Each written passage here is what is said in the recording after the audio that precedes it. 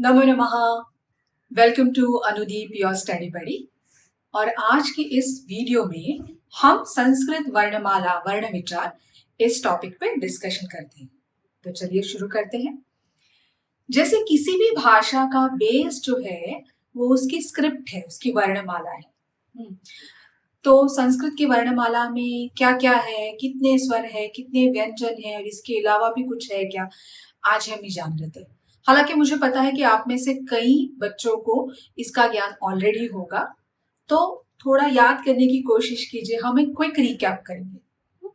तो वर्णमाला, वर्ण मतलब अक्षर, अल्फाबेट। तो ये वर्णों की माला है ना। So beautifully we don't say collection of words, we say वर्णमाला। Very poetic, isn't it? तो इनमें हमारे पास दो टाइप है मुख्यत्वे इन वर्णों के। एक है स्वर और एक है व्यंजन। स्वर मतलब वॉवेल्स। तो कितने वॉवेल्स है, कौन कौन से हैं? तो है अ, ई, उ, रु, लृ। ये जो पांच है ये है हमारे ह्रस्व स्वर। अब इनका दीर्घ रूप भी देख लेते हैं। ह्रस्व मतलब क्या, मोटा मोटी अगर मैं बताऊं तो ये स्वर उच्चारण के लिए, इनके उच्चारण के लिए सपोज 1 यूनिट ऑफ टाइम लगता है। अ, ई, उ, रु, लृ। तो इनका दीर्घ वर्जन में अप्रोक्सीमेटली 2 यूनिट ऑफ टाइम लगेगा। जैसे आ, ई, हाँ, जैसे हम बड़ी ई भी बोलते हैं, छोटी ई, बड़ी ई। हाँ, ऊ, हाँ, दीर्घ ऊ। रू और लृ जो है इसका कोई दीर्घ स्वर नहीं है। तो हमारे पास दीर्घ हो गए आ, ई, उ और रू। तो वो है 4। और इनके अलावा संयुक्त स्वर। तो संयुक्त मतलब क्या, संयोग हो रहा है। किनका संयोग हो रहा है? दो स्वरों का संयोग होके जो एक नया स्वर बनता है वो है संयुक्त स्वर। वो भी दीर्घ स्वर भी कहलाता है। तो कौन से हैं? सो ए, आई, ओ, औ। ये कैसे बनते हैं हम देखेंगे। तो वो हो गए 4। तो अब आप काउंट कर लीजिए कितना हो जाता है। सो टोटल हमारे पास 13 स्वर है। अब आते हैं व्यंजन की तरफ। सो व्यंजन आदि में दो टाइप है, एक है वर्गीय, एक है अवर्गीय। वर्गीय मतलब क्लासिफाइड और जो अवर्गीय मतलब नॉट क्लासिफाइड। सो हमने जो 5x5 की मैट्रिक्स अगर आपको याद है, क वर्ग, च वर्ग, ट वर्ग, प वर्ग, ये जो 5 है। तो 5x5 की मैट्रिक्स में 25 जो आते हैं, क ख ग घ ङ, च छ ज झ ञ, ट ठ ड ढ ण, त थ द ध न, प फ ब भ म। ये 25 है क्लासिफाइड। उनके क्लासिफाइड क्यों बोलते हैं, क्या क्या बेसिस पे, क्या आधार पे, ये भी हम देखेंगे। और इन 25 के अलावा 8 ऐसे हैं जो कि है नॉन क्लासिफाइड, अवर्गीय। य, र, ल, व, स, श, स, ह। तो ये है 8। 25 प्लस 8 हुए 33, 33। तो क्या वर्णमाला में इतने ही है कि 13 स्वर हो गए, 33 व्यंजन हो गए। इसके अलावा और दो सिंबल्स हैं, एक है अनुस्वार और एक है विसर्ग। अनुस्वार और विसर्ग, इन्हें स्वराश्रित भी बोलते हैं बिकॉज ये इंडिपेंडेंटली नहीं आ सकते।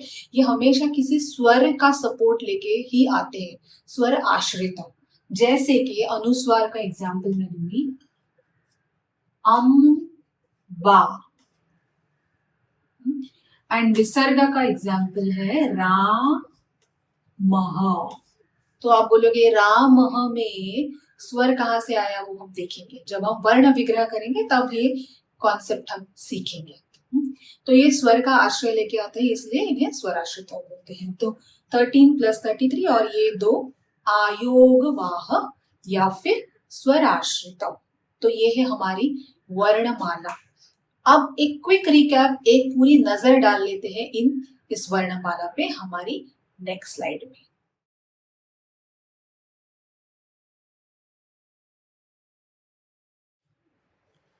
तो अब हम जान चुके हैं कि वर्णमाला में क्या स्वर है, क्या व्यंजन है, कौन से आयोगवाह है।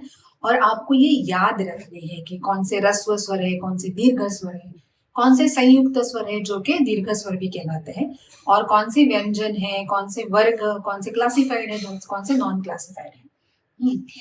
अब अगर आपको ये अच्छे से समझ में आ गया है तो नेक्स्ट हम शुरू करेंगे वर्ण विग्रह या वर्ण विच्छेद। काफी बार ये प्रश्न भी आते हैं। और हमारा जो एक अगला टॉपिक होगा संधि, तो संधि के लिए वर्ण विग्रह ये सबसे बड़ी स्टेप है, पहली स्टेप है। तो वर्ण विग्रह या वर्ण विच्छेद मतलब क्या, एक एक वर्णों को अलग अलग करना। फॉर एग्जाम्पल राम,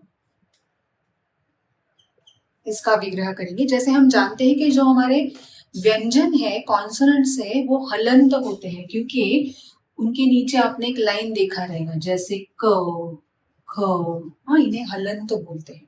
ठीक है। अब राम का विग्रह होगा हलंत र प्लस आ प्लस हलंत म प्लस अ प्लस विसर्ग। अगर आप गौर से देखें तो ये each is a independent unit, हम बोल सकते हैं इंडिपेंडेंट वर्ण है। हलंत र व्यंजन है, आ स्वर है, हलंत म व्यंजन है, अ स्वर है, और हमारा विसर्ग स्वराश्रित। अब और एग्जाम्पल लेते हैं, जैसे कि नदी। तो जब ये विग्रह करो आपको क्या देखना है, उसमें से आपको व्यंजन निकालने हैं हलंत, और उसके साथ कौन सा स्वर आया है। जैसे न कब कैसे बनता है, तो हलंत न, ये व्यंजन के साथ जब अ आता है तो न कंप्लीट होता है। तो आपको ये स्प्लिट करना है कि इसमें कौन सा व्यंजन है, कौन सा स्वर है। और दी, दीर्घ दीर, तो इसमें हलंत द है और दीर्घ ई। ठीक है। अब देखते हैं भानु, तो इसमें कौन सा व्यंजन है, सो है हलंत भ। और भा कैसे बनेगा, भ के साथ जब आ मिलेगा तो भा बनता है। नु कैसे बनेगा, तो इसमें व्यंजन क्या है, तो हलंत न। इसके साथ जब ह्रस्व उ मिलेगा तब भानु हो जाएगा।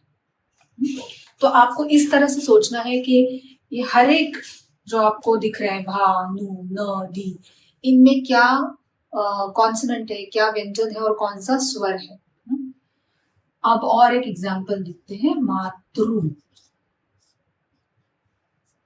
तो इसमें है हलंत म प्लस आ प्लस हलंत त और ऋषि का रू, मातृ।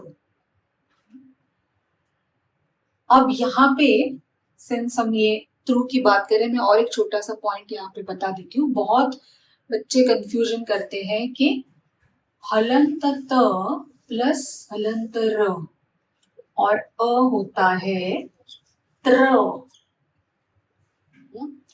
और हलंत त प्लस रू हो जाता है त्रु।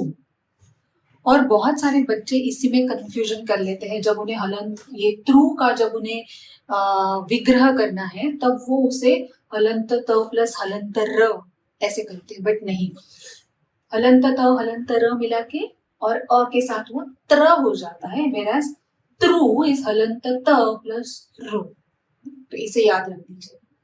तो ये हमारा वर्ण विग्रह है। अब हम इसके और एग्जाम्पल्स देखेंगे। हम एक क्विज टाइम कर लेते हैं कि कुछ हमने सीखा है, तो एक मैं क्विज आपको नेक्स्ट स्लाइड पे बता दूंगी, जिसको आप अटेम्प्ट करना सॉल्व करने का। और उसके बाद हम वर्ण संयोग, इसके एग्जैक्टली अपोजिट जो एक्शन है, अगर आपको इस तरह से अलग अलग वर्ण दिए है तो इनको ज्वाइन करना। अगर आपको ये समझ में आया है तो संयोग करना बिल्कुल भी इजी है आपके लिए। तो आप क्विज सॉल्व कीजिएगा और फिर हम आगे बढ़ेंगे।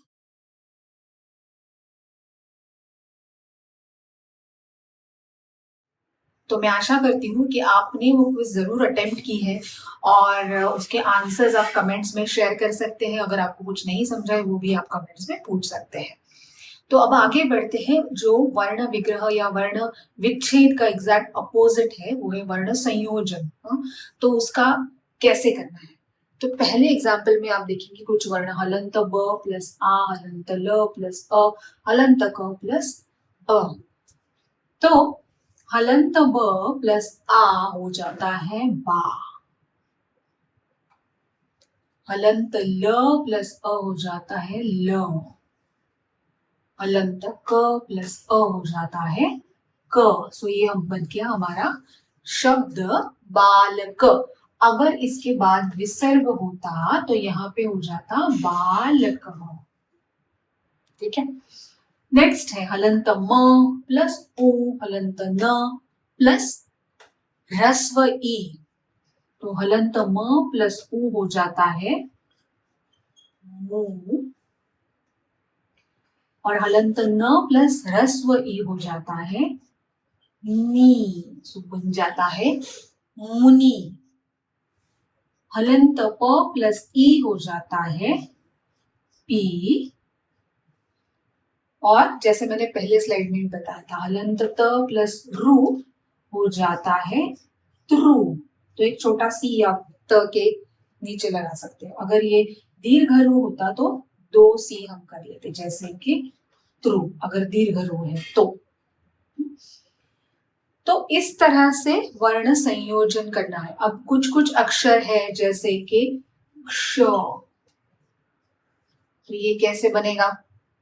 तो हलंत क प्लस हलंत श और उसके साथ अ आ जाएगा तो बन जाएगा क्ष। त्र मैंने आपको ऑलरेडी बताया था कि त्र बनता है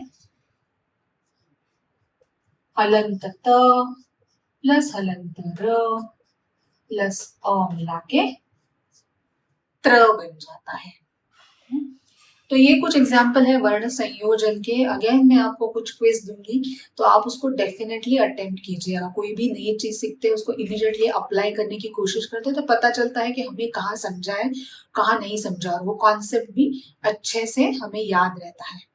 तो आप अटेम्प्ट कीजिएगा। और ऐसे ही हम हमारे अभी व्याकरण के टॉपिक्स को शुरुआत की है, तो इस तरह से हम जल्दी ही अलग अलग टॉपिक्स को डिस्कस करेंगे। हाँ, तो नेक्स्ट वीडियो में मिलते हैं, तब तक के लिए धन्यवाद। पुनर्मिलामः।